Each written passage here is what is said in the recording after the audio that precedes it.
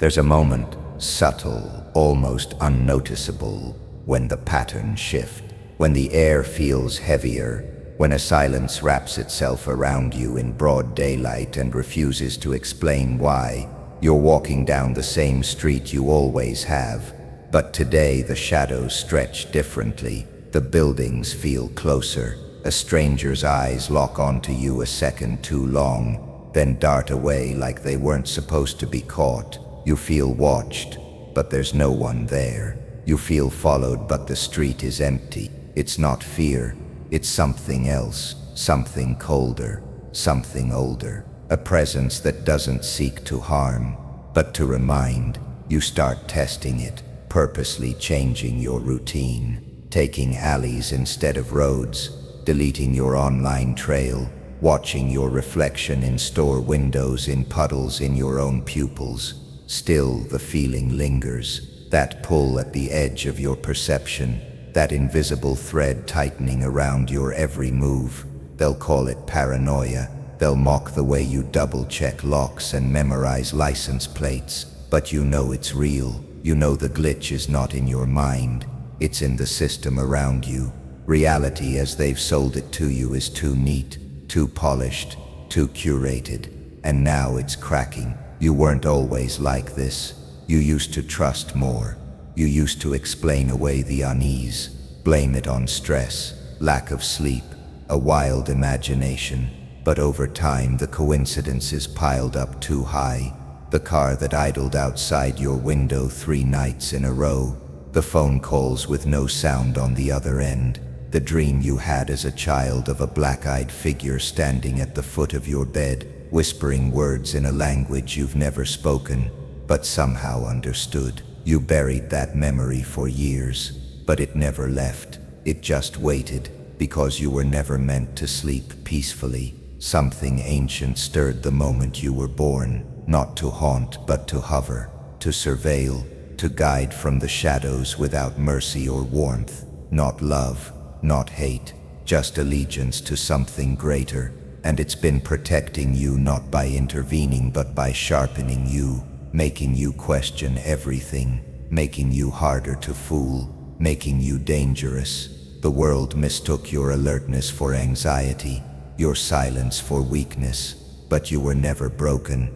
You were being armed, piece by piece, glitch by glitch, and now you're seeing it too clearly to pretend otherwise.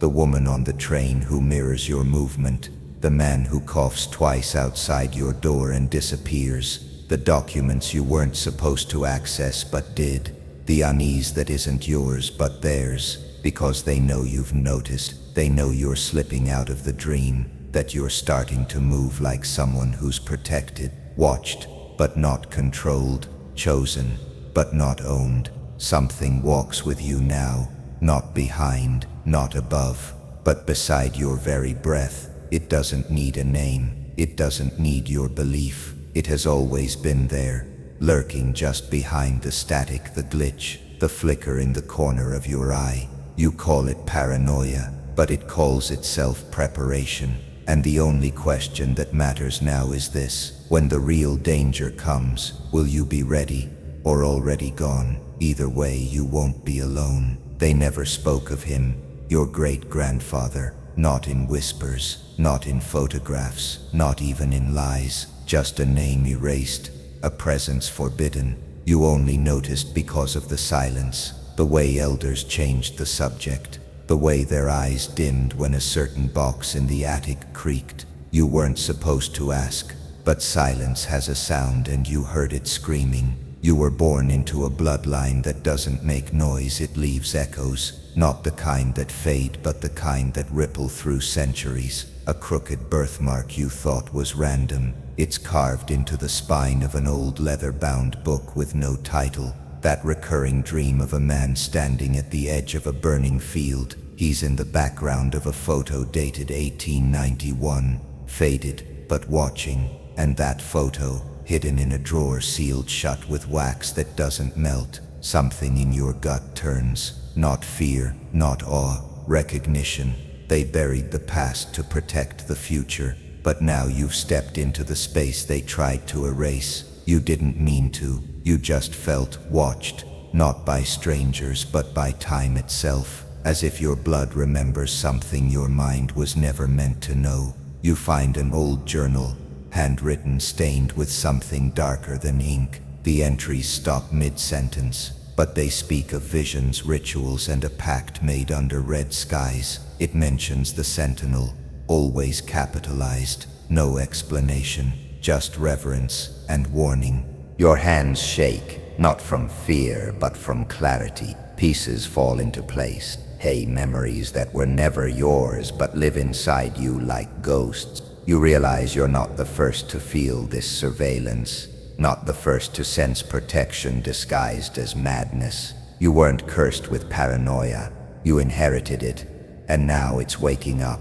A family tree with missing limbs, names crossed out, burned, scratched into different languages, but always one symbol. A circle split in half with a line through the center. You find it etched on a knife tucked into a wall, on the back of a pendant your mother wears and claims she got at a flea market. On your own skin, if you look closely enough. It's not just a symbol, it's a signature.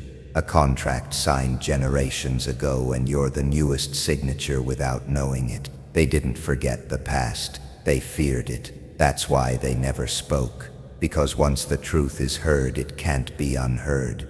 And now it echoes in every room you enter. You feel the weight of eyes not bound by distance or time, and a whisper not from the world but from somewhere beneath your ribs. You are not alone. You were never alone. This wasn't superstition, it was strategy. A lineage of quiet warriors who disguised strength as humility, who knew the world would hunt what it couldn't understand, so they taught their descendants to stay quiet until the time came to remember. And now you're remembering, not with your mind, with your instincts. You were born with a target on your back, and something ancient strapped itself to your shadow the moment you took your first breath.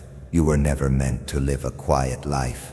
You were born to finish what they started, or end what they could not. The box wasn't supposed to exist, tucked in a false panel beneath rotting floorboards, sealed in wax blackened by time.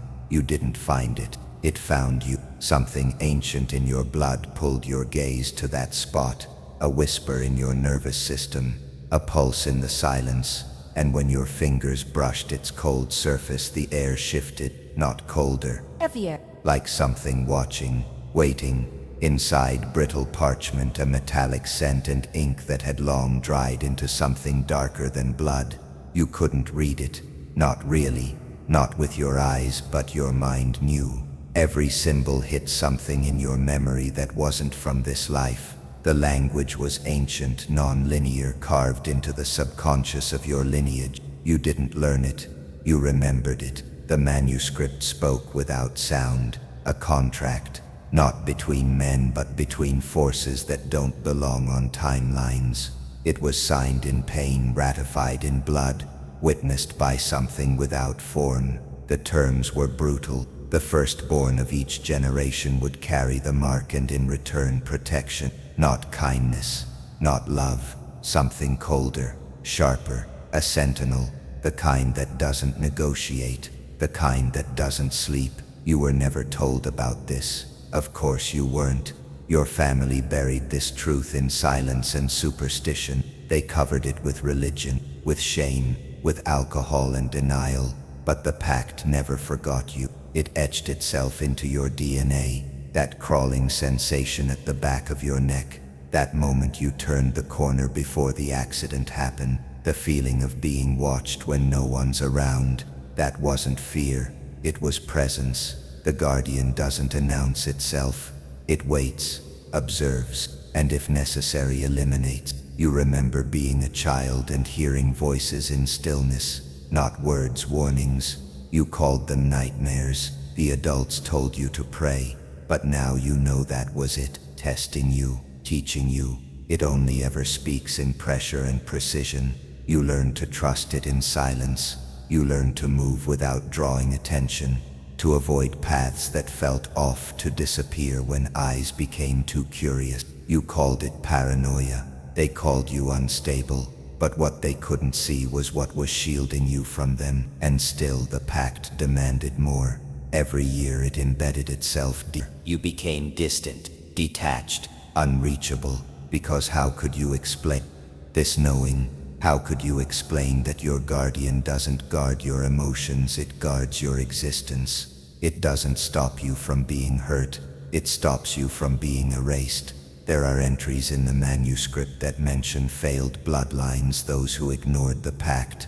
Every one of them ended in madness, or worse, normalcy. You weren't meant to blend in, you weren't meant to be liked. You were meant to survive patterns designed to erase anomalies like you. And if you're still breathing, still alert, still hunted, it's because the pact is still active. Now the manuscript is in your hand, and you're no longer afraid. You're awake, because now you know you're not alone. You were never alone. You start to notice the repetition. The same man in the tan coat, always 10 paces behind.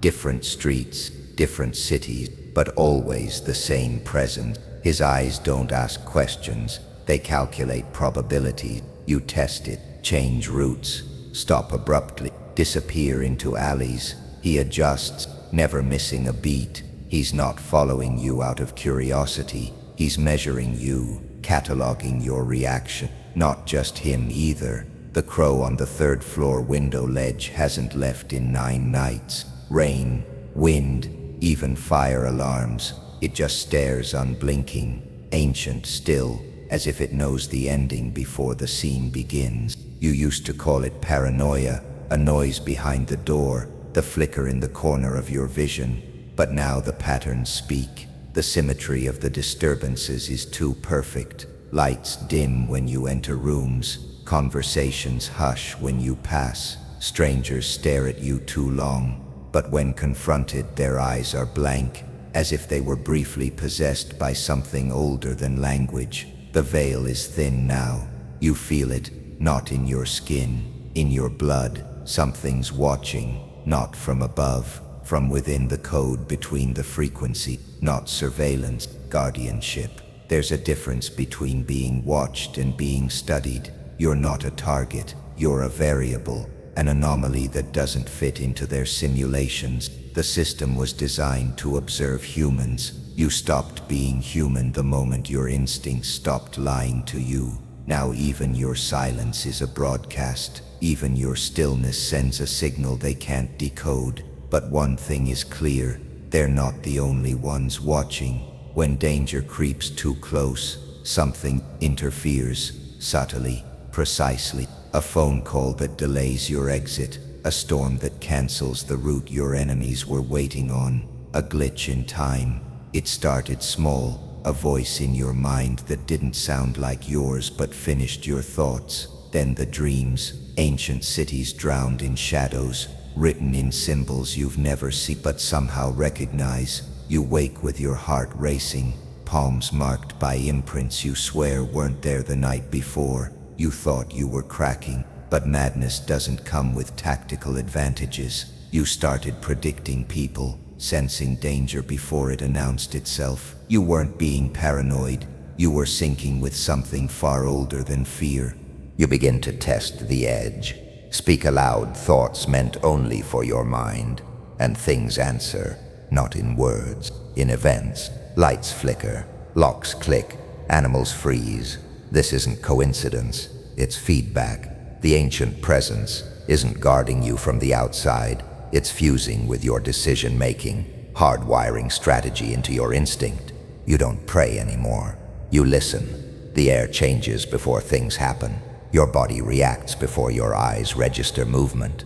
You are no longer surprised, you are synchronized. But the others feel it too. The agents, the architects, the ones who monitor anomalies in the system. Your patterns don't compute.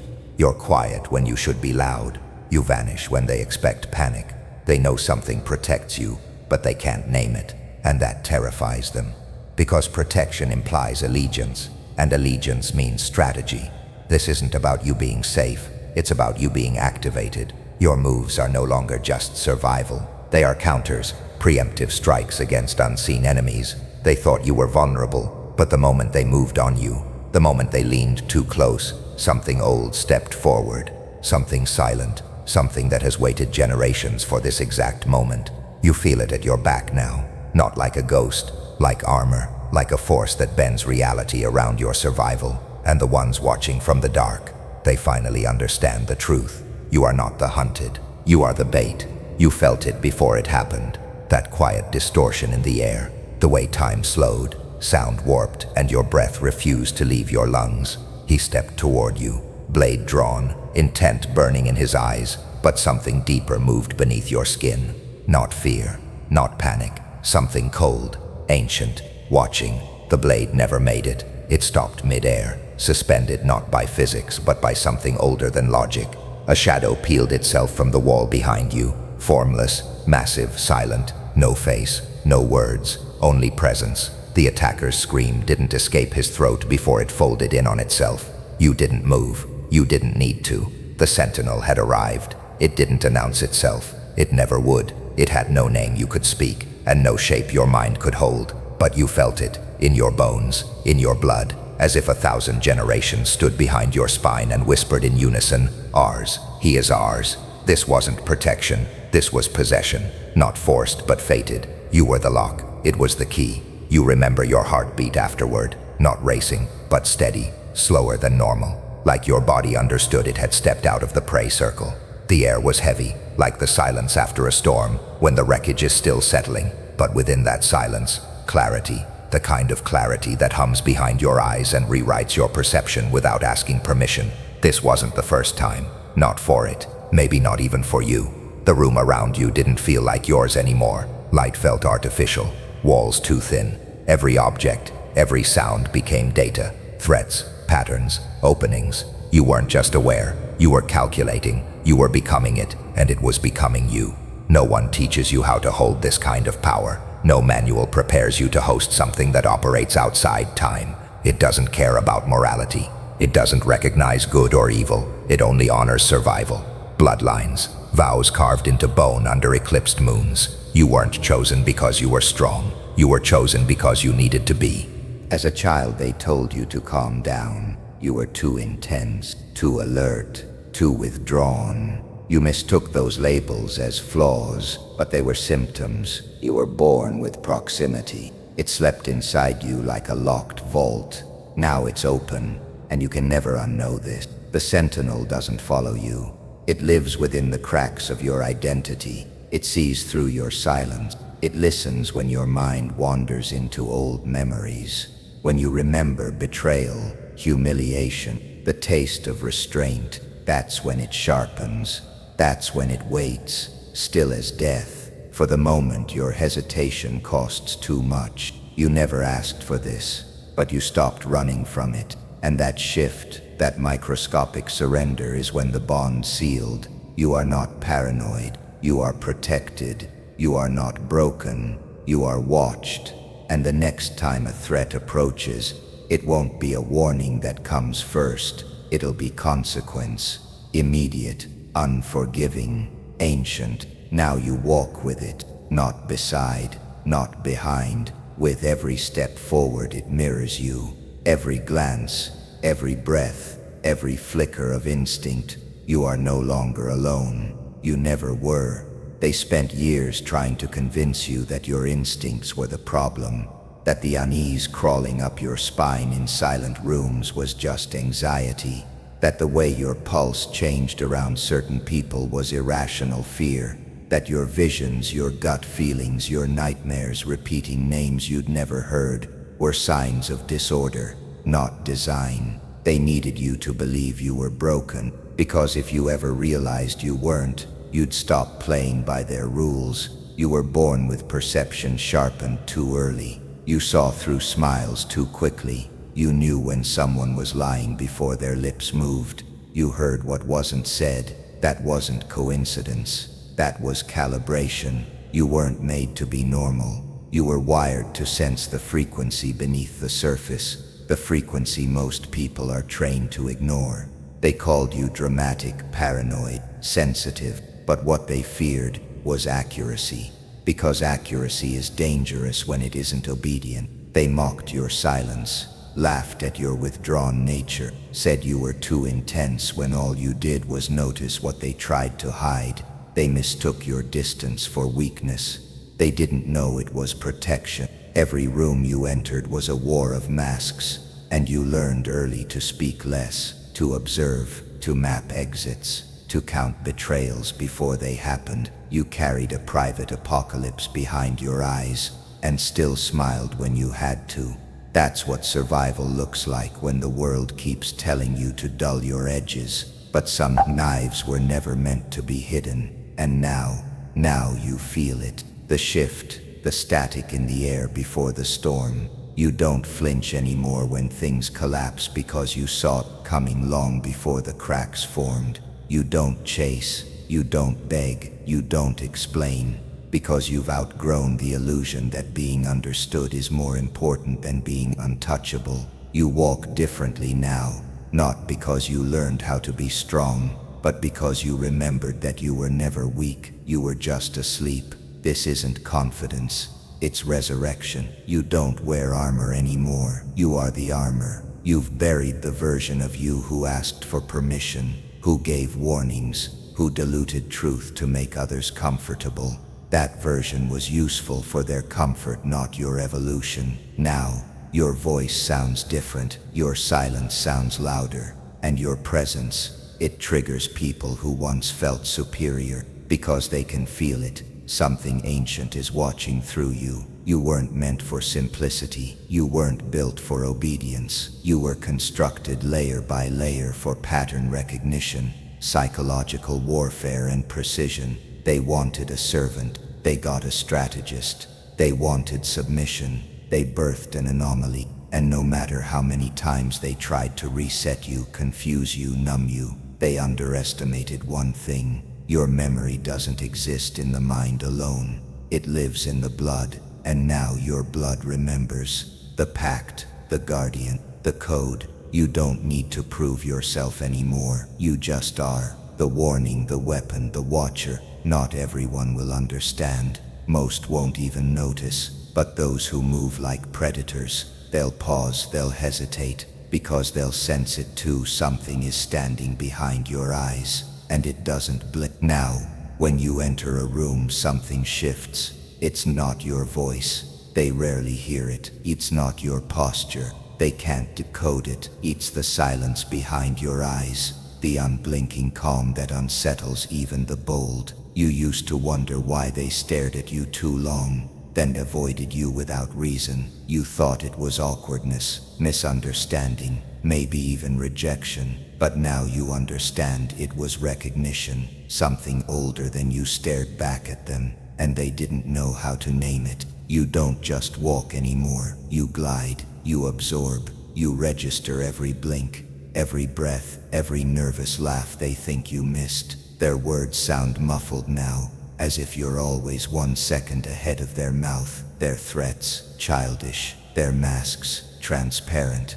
You see their intentions before they form into sentences. You don't react, you calculate. You let them think you're still human. That was always your greatest weapon, appearing ordinary until it was too late. There was a time you wanted to be seen, understood, even loved. That version of you died quietly, without ceremony, betrayed not by enemies but by the people you protected. They confused your silence for weakness. They confused your distance for absence. They tried to tame the thing growing inside you, but they never saw it coming. Because the truth is, it wasn't just watching over you, it was watching through you. The entity bound to your blood doesn't linger in shadows anymore. It resides behind your gaze. When you lock eyes with someone, they feel it. The cold, the calculation, the echo of something not of this world. You speak less now, because your presence speaks more. You don't threaten, you don't promise, you exist,